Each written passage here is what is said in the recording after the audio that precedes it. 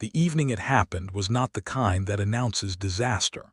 It was a late autumn Thursday, the air carrying that faint metallic chill that settles in just before nightfall, and I had been in my workshop since dawn shaping walnut panels for a commissioned library wall.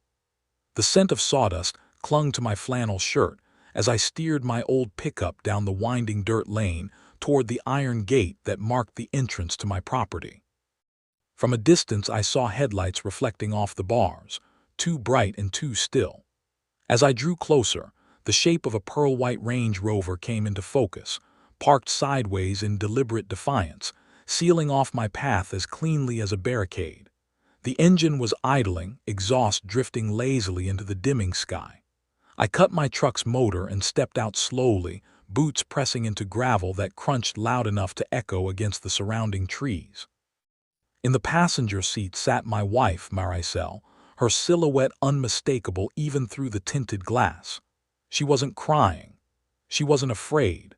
She was studying her reflection in the vanity mirror, adjusting a strand of hair as if she were waiting for a dinner reservation rather than staging an ambush at her husband's gate. Behind the wheel lounged a man I recognized from town, a collections broker named Darrow Klein who operated in the gray margins of legality, the kind of man who smiled too easily and never wrote anything down. My first instinct was confusion, not anger. I walked toward the SUV, raising a hand in restrained inquiry.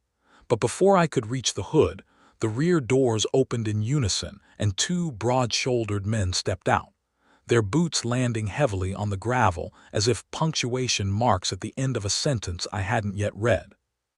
They moved with the coordinated confidence of hired force, identical black jackets stretched across thick torsos, faces carved into expressions that suggested they were accustomed to people stepping aside. One of them cracked his neck slowly, the sound faint but intentional, while the other rolled his shoulders as though preparing for exercise.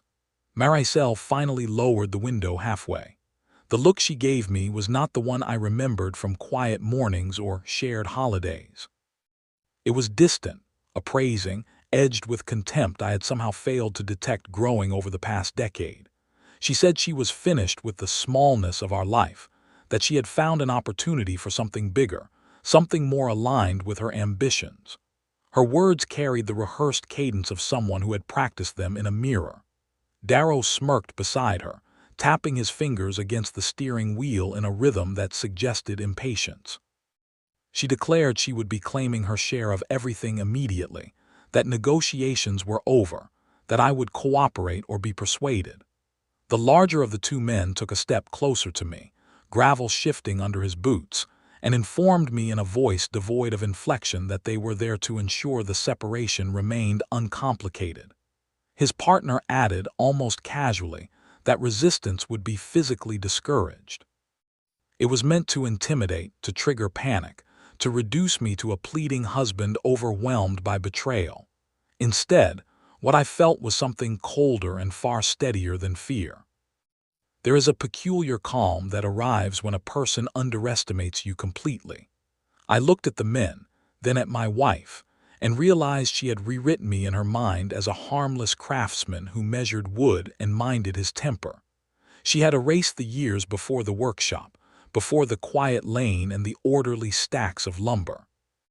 She had forgotten that I once wore a different uniform, that I had spent over a decade instructing advanced tactical response teams in controlled aggression, de-escalation, and close-quarters defense. I had retired from that world deliberately, trading sirens for saws, but retirement does not erase muscle memory. I did not reach for anything. I did not threaten. I simply shifted my weight and let my breathing slow. I told her calmly that leaving was her decision, but bringing strangers to my gate was a grave miscalculation. The scar-faced one did not wait for more. He lunged, leading with a heavy swing meant to overwhelm. The second followed half a beat behind, metal glinting briefly in his fist. They expected flinching. They expected retreat. What they encountered instead was redirection. I stepped into the first attack, pivoted, and guided his momentum past me, using his own forward drive to unbalance him. The world narrowed to angles and timing, the crunch of gravel underfoot, the sharp exhale as air left his lungs when he collided with the steel flank of my truck. The second man hesitated just long enough to realize the narrative had shifted. I closed the distance before he could fully deploy the collapsible baton at his belt. A precise strike to the diaphragm stole his breath in a ragged gasp, and a controlled sweep of his leg introduced him to the ground with finality. I restrained him without excess, applying pressure in ways that immobilize rather than maim. It lasted perhaps 20 seconds, though adrenaline stretches time into something elastic. When I stepped back, both men were conscious but incapacitated, their bravado leaking into the dirt beneath them. The quiet that followed felt heavier than the confrontation itself. Through the windshield, I saw Maricel's expression fracture from superiority into stunned disbelief. Darrow's confidence drained visibly. His hand moved toward the door locks, fingers trembling. I approached the driver's side window at an unhurried pace, aware that calm can terrify more effectively than shouting. I tapped lightly on the glass and told him he was obstructing my entrance and that we needed to discuss the consequences of threats made on my property. His window lowered a cautious inch, enough for the smell of expensive cologne and rising panic to escape. He began to distance himself verbally from the entire affair, claiming ignorance, suggesting it had all been her initiative, that he had been misled about who I was. Maricel snapped at him, urging him to assert control, her voice cracking with desperation. The moment hung suspended, balanced on the edge of a terrible escalation. I held his gaze and told him that any further misjudgment would carry consequences he was unprepared to shoulder. Something in my tone reached him. Self-preservation overtook bravado. He disengaged from the situation with startling speed, unfastening her seatbelt and pushing the passenger door open with a muttered refusal to risk his life over domestic disputes. She stumbled out onto the gravel, heels catching awkwardly, shock rendering her speechless. The SUV reversed clumsily, scraping metal against the gate before fishtailing into the road and disappearing in a plume of dust and humiliation. The two enforcers, now painfully aware they had been abandoned, gathered themselves slowly and retreated without further theatrics. The driveway fell silent except for the whisper of wind through pine branches. She sat there in the settling dust, designer clothes dulled by dirt, staring at me as if seeing a stranger. Perhaps she was. The man she had framed as predictable had dismantled her strategy without rage or spectacle. She asked what I intended to do to her, voice small against the widening dusk. I told her I intended to do nothing violent or vengeful. I would proceed legally. I would document the threats, the trespass, the attempted coercion. I would ensure that any division of property occurred under court supervision rather than intimidation. I retrieved my phone from the truck, aware that the dashboard camera had recorded every second of the encounter.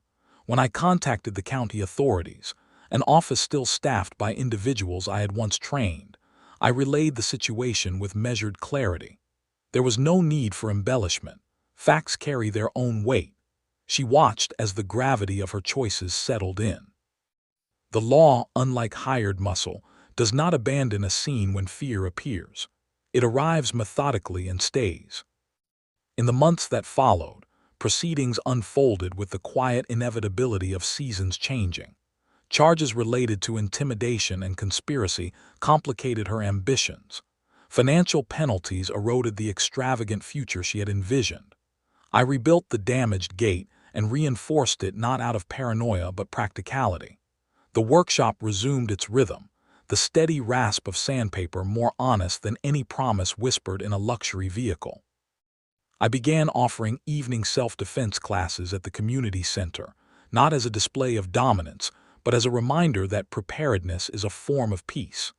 Teaching others to stand calmly in the face of aggression felt more constructive than dwelling on betrayal. Over time, the memory of that confrontation softened into lesson rather than wound. I learned that tranquility is not naivete, it is strength held in reserve. The life she dismissed as too small proved expansive enough to contain resilience, dignity, and renewal. Now the driveway is quiet again. The only interruptions come from wandering livestock from neighboring fields or the low roll of fog drifting down from the hills at dawn.